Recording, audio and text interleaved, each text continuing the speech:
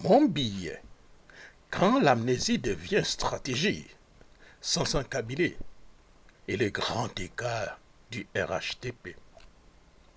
Il fut un temps, pas si lointain, où Sanson Kabylie, alors ministre de la Justice, pour ne pas dire toujours ministre de la Justice, s'exprimait avec une lucidité démocratique et rare.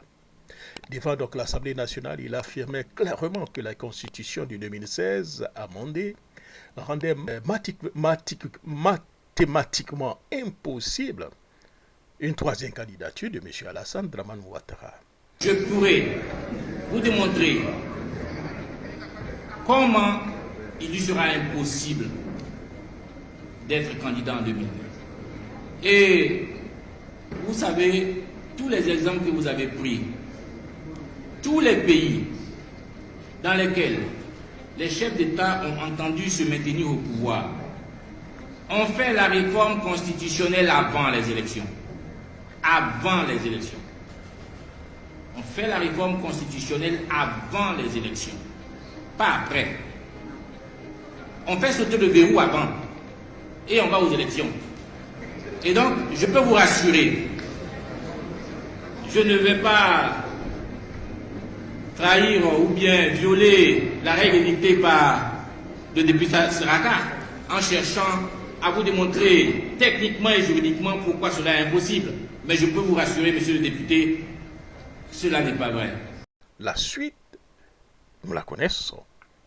Mais ce même Sanson Kabylie aujourd'hui, bien silencieux, est au jeu l'auteur de ses paroles. Moi, je crois que lorsqu'on est en démocratie, qu'on se dit démocrate et qu'on épouse véritablement les principes de la démocratie, alors il faut aller donc aux élections concurrentielles. Il faut permettre au maximum de personnes de se présenter. Écoutons-le.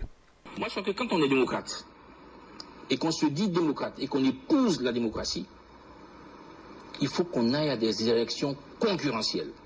Il faut permettre au maximum de personnes de se présenter. Je vous dis que la stabilité d'un pays commence par le rejet de l'exclusion. Aucun pays au monde ne peut avancer si on exclut les autres. Il faut amener les uns et les autres à participer à la gestion de la chose publique. C'est fondamental. Et je me dis, vous savez, M. Dinassira, tirons avantage des années passées. Nous sortons d'une guerre.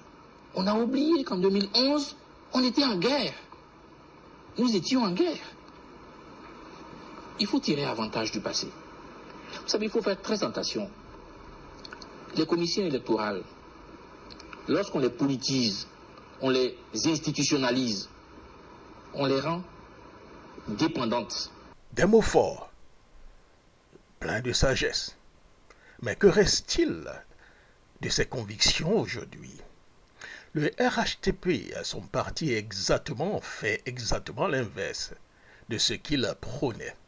Il cherche donc à exclure tous les candidats sérieux pour espérer gagner en 2025.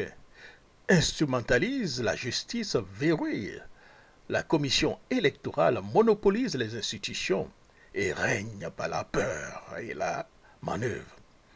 Alors oui, l'hypocrisie est totale. Les beaux discours ne masquent plus donc les faits. Ce pouvoir ne veut pas donc des élections. Il veut donc une mise en scène. Il ne veut pas donc l'alternance. Il veut donc l'élimination. Mais les Ivoiriens n'oublient pas. Ils savent que les vraies convictions ne changent pas au gré des intérêts du moment. Et ceux qui trahissent leurs propres paroles finissent toujours rattrapés par donc l'histoire. C'était donc mon billet, Jacques Roger.